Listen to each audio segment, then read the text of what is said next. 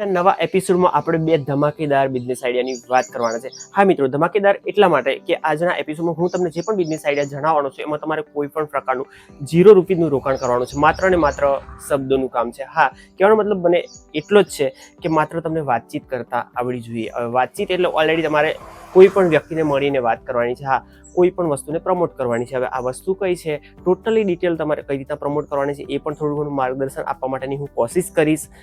તો વિડીયોને ડિટેલમાં આગળ એકની વાત કરું તો આજની આધુનિક ટેકનોલોજીમાં જેટલો પણ વિકાસ થતો જાય છે એના હિસાબથી આપણી આજુબાજુ ઘણા જ બધા પ્રકારના પરિવર્તનો આવતા જાય છે. આપણે જોયું છે કાચા મકાનો પાકા થઈ રહ્યા છે. ટૂંકમાં કહેવા જવું તો જે પણ વિકાસ છે એ વિકાસનો દર એટલો બધો વધી રહ્યો છે કે આમાં કોઈ પણ જગ્યાએ આપણને ઓલરેડી જોબ મળી જતી હોય. હા મિત્રો, જોબ એટલા માટે કહું છું કે કોઈ એવું કામ કે જેના આધારે આપણને પૈસાની જરૂરિયાત છે તો પૈસો મળી જતો હોય છે, પણ આપણી જે કંઈ નજર હોય છે એને ખ્યાલ આવવો જોઈએ. હું તમને વાતમાં ગોળ ગોળ ના ફેરવતા સીધી વાત કરું કે આજના ટાઈમે જે પણ પ્લોટો પડતા હોય છે યા તો ત્યાં સોસાયટી કોલોની બનતી હોય છે તો આ જગ્યાએ માણસોની ઓલરેડી જરૂરિયાત હોય છે. હવે તમે જાણતા હોય યા ના જાણતા હોય, કદાચ મોસ્ટ ઓફલી જાણતા હશો, તો આ કામ જે પણ થોડા ઘણા ભણેલા છે એ લોકો આ વ્યક્તિઓ આરામથી કરી શકે, અને અભણ છે તો પણ ચાલે, પણ મેં તમને કીધું એવી રીતના વાત કરતા આવડવી જોઈએ. તો કામ માત્ર એટલું જ કરવાનું છે કે તમારે જે પણ આજુબાજુ કોઈ નજીકની સિટીમાં યા તો કોઈ નજીકનું એવું રેસિડેન્સી મતલબ એવી કોઈ સ્થળ કે માની લો કે અત્યારે અમારી આજુબાજુ જે પાવાગઢ છે તો પાવાગઢની આજુબાજુ ઘણા બધા વિકાસના કામો, એટલે ટૂંકમાં કહેવા જાવ તો રેસિડેન્સીઓ કોલોનીઓ ઘણી બધી એવી બની રહી છે કે જ્યાં સિમ્પલી 10,000ના પગાર ધોરણ પર જે પણ કોન્ટ્રાક્ટર બેઝ પર માણસો કામ કરે છે એ લોકો આવા માણસો રાખે છે, અને ઓલરેડી એ લોકોને ફિલ્ડ જ કરવાનું હોય છે. ફિલ્ડ એવું કરવાનું છે કે જેમાં ફિલ્ડમાં કામ એટલું જ કરવાનું હોય છે કે કોઈ પણ ગ્રાહકને મતલબ વાત કરવાની હોય છે.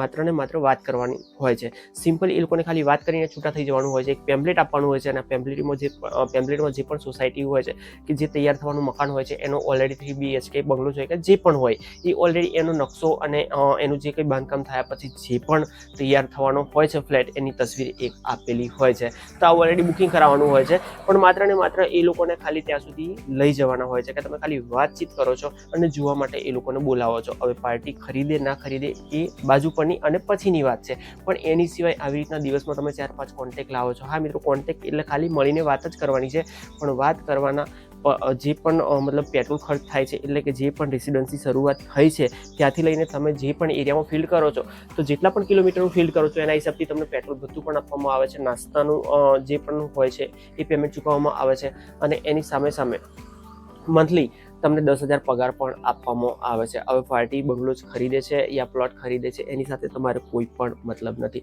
અને આ જ વસ્તુને તમે જો બીજી રીતે કરવા માંગતા હોય તો એનો પણ ઓપ્શન હોય છે કે માની લો કે તમે કોઈ મકાન સેલિંગ કરાવો છો તૈયાર થયા પછી, યા તો પ્લોટ સેલિંગ કરાવો છો તો એનું 2% લઈને મતલબ 2%થી ઉપર પણ ક્યારેક કમિશન હોય છે. તો સિમ્પલી માની લો કે જેટલા પણ લાખમાં વેચાય છે તો એટલા લાખનું 2% પ્રમાણે તમને કમિશન પણ મળી જતું હોય છે. તો મારા અંદાજે આ પણ જે પણ બિઝનેસ આઈડિયા છે કે જેમાં 0 રોકાણ છે, આ જ બિઝનેસ આઈડિયા આજના જે પણ વિદ્યાર્થીઓ, યુવા વર્ગ છે કે જે લોકો એજ્યુકેશનલ ક્ષેત્રે પોતાનું મતલબ સમય છે કે જે વ્યતીત કરી રહ્યા છે, કે જે લોકો ભણી રહ્યા છે, એ લોકો પાર્ટ ટાઈમ પણ આ વસ્તુ કરી શકે છે. અને જે લોકો ભણી ગણીને થોડા ઘણા બેરોજગાર છે કે જે લોકોને પાર્ટ ટાઈમ કામ કરવું હોય, પોતાનો જે પણ ધંધો છે, જે પણ નોકરી છે એની સાથે શનિ રવિ પણ કામ કરવું હોય તો તમે આરામથી આ વસ્તુ કરી શકો. આમાં કોઈ પણ વ્યક્તિ ચાલી જશે. હા, કોઈ પણ વ્યક્તિ એટલે થોડું ઘણું ભણેલો હશે તો પણ ચાલશે, અને ના પણ ભણેલો હોય તો પણ ચાલશે. આમાં પણ ઓલરેડી એ આગલી જ મતલબ ગુણવત્તા જરૂરી છે કે જેમાં તમને વાતચીત કરતા આવડી જોઈએ. હવે મારો એક્સપિરિયન્સ પોતાનો હું તમને આ જગ્યાએ કહું છું ને એને એક સરળ રીતે તમને સમજાવવાની કોશિશ કરું છું. જ્યાં પણ ગામડામાં રહું છું ત્યાં એક મતલબ રોડથી કોન્ટેક્ટમાં રહું છું,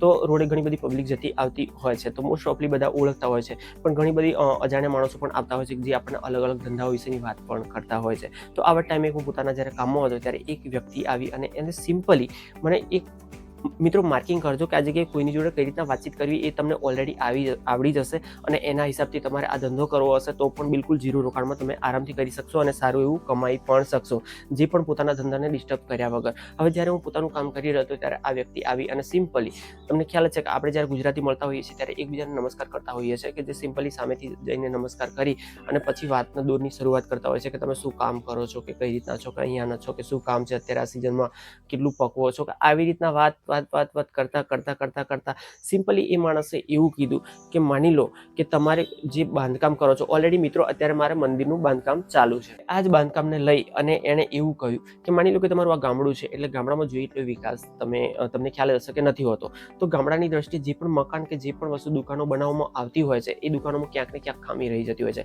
કારણ કે જે લોકો એન્જિનિયર ઓલરેડી પ્લાન બનાવીને કામ કરતા હોય છે તો એ લોકો એક જગ્યાએ માની લો કે 10 ફૂટની જગ્યામાં કદાચ આપણા ગામડાના હિસાબથી કદાચ એક દુકાન દુકાન બેસતી હોય તો એ લોકો કદાચ 2 થી 3 દુકાન બેસાડી દેતા હોય છે. હવે એ સી ગાળો બનાવે કે ગમે તે રીતના બનાવે તો એ લોકો પ્લાનથી ચાલતા હોય છે. તો સિમ્પલી એમણે એવી રીતના વાત કરી કે મને એમની વાતમાં ઇન્ટરેસ્ટ જાગે કોઈ પણ માણસને. તો એમણે વાત કરી તો આવી રીતના તમે જે કંઈ મંદિર બનાવો છો એના હિસાબથી તમે માની લો કે રોડ પર તમારી જમીન છે તો તમે કદાચ ભવિષ્યમાં જો મકાન બનાવવાના છો યા તો દુકાન બનાવવાના છો તો અમે જે ગુજરાત સિટીમાંથી આવું છું તો આવી રીતના માણેક પ્લાઝા કરીને અમે ઓલરેડી બનાવ્યું છે તો એના ફોટો બતાવ્યા. અને ફોટો બતાવવા પાછળનું રીઝન માત્ર એટલું જ હતું મિત્રો કે એને કઈ રીતના બનાવ્યું ઓછી જગ્યામાં અને એ આકર્ષિત કેટલું બધું લાગે છે અને એનું જે પણ વેચાણ ભાવ છે કે જે ભાડું છે એ કેટલું બધું છે આજના ટાઈમમાં. તો તમે ગામડાની દ્રષ્ટિએ સિટીમાં કેટલું બધું તમે મતલબ વિકાસ કરી શકો એક પૈસાની દ્રષ્ટિએ જોવા જઈએ તો એ હિસાબથી. અને મારું જોવાનું પણ એ જ આશય હતો કે ખરેખર આવો ફરક કેટલો બધો હોય છે.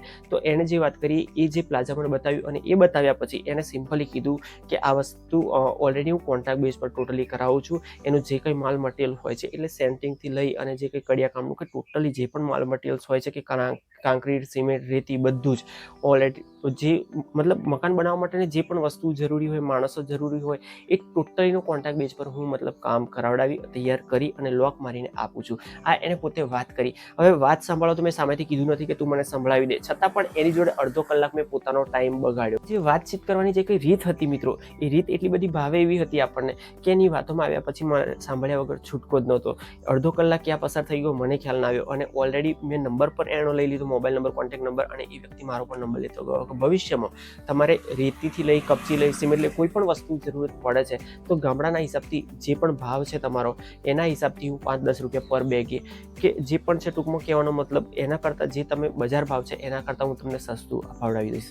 મિત્રો હવે તમે વિચાર કરો કે જે અજાણી વ્યક્તિ કે એક ગ્રાહક ઊભો કરીને ગઈ ભવિષ્યનો. હવે એક વાત કરવાની રીતનો આ પ્રભાવ છે કે તમે જો વાતચીત કરતા આવડે છે તો ઓલરેડી ગ્રાહકોનો ભંડાર દુનિયામાં પડ્યો છે. અને તમે કહો કે આજના ટાઈમમાં આ વસ્તુની કોને જરૂરત ના હોય.